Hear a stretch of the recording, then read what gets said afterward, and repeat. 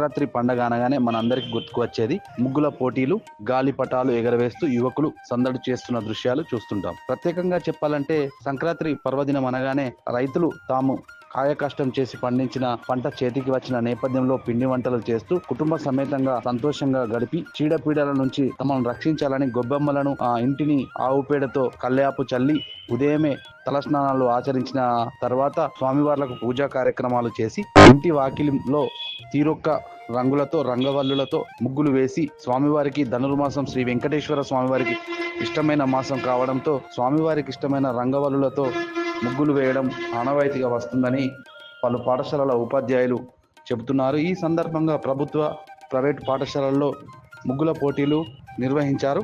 ఈ నేపథ్యంలో ముందస్తుగానే రాజన్న సిరిసిల్ల జిల్లా సంక్రాంతి పర్వదినం ప్రారంభమైందని చెప్పుకోవచ్చు. విద్యార్థులు వేసిన ముగ్గులు అందరినీ ఆకట్టుకుంటున్నాయి. నా పేరు భాగ్య. ముందుగా అందరికీ సంక్రాంతి పండుగ శుభాకాంక్షలు.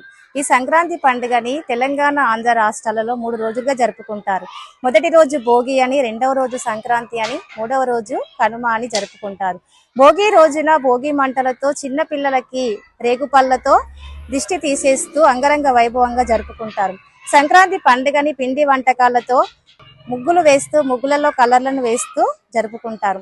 కనుమ పండుగ అనేది రైతులకు సంబంధించింది. కొత్త పంటని ఇంటికి తీసుకుంటూ ఆనందంగా జరుపుకుంటారు. సంక్రాంతి సందర్భంగా మేము ఈరోజు అంగరంగ వైభవంగా మా పిల్లలకి ముగ్గుల పోటీ వేదికను నిర్వహించడం జరిగింది. దీనికి కారణం మేము శ్రీ వెంకటేశ్వర స్వామికి ఇష్టమైన ఈ ధనుర్మాసంలో గోదాదేవి తనకు వెంకటేశ్వర స్వామికి నచ్చినటువంటి రంగురంగుల రంగవల్లికలతో ముగ్గులను వేస్తూ ఈ సంక్రాంతి పండుగ వరకు మన ఆంధ్ర అండ్ తెలంగాణ 2 రాష్ట్రాల్లో అంగరంగ వైభవంగా జరుపుకుంటారు.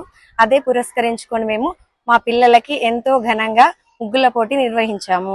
అయితే ఈ సంక్రాంతి పండుగ ప్రత్యేకత ఏమిటంటే ప్రతి ఒక్క మహిళ కూడా ప్రొద్దున్నే ఉదయం 4 గంటలకు లేచి వాకిలి ఊడ్చుకొని వెనకటి కాలంలో ముగ్గులు పెట్టుకొని అందులో ఆవు పేడ తీసుకొచ్చి గరికను మరియు పిండి కూరను తీసుకొచ్చి వాటిని గొబ్బెమ్మలుగా చేసి వాటికి పసుపు కుంకుమతో ఆరాధన చేసి వాటిలో పెట్టి ముగ్గులు రంగురంగుల ముగ్గులతో వేసినటువంటి ముగ్గుల్లో గొబ్బెమ్మలను పెట్టి ఆ వేడుకను ఎలాంటి ఇంటిలోకి కానీ ఊరికి కానీ ఎలాంటి చీడ పీడ కలగకుండా ఉండాలని అమ్మవారిని వేడుకుంటూ ఎంతో ఘనంగా సంక్రాంతి పండుగను మనం చేసుకుంటాం.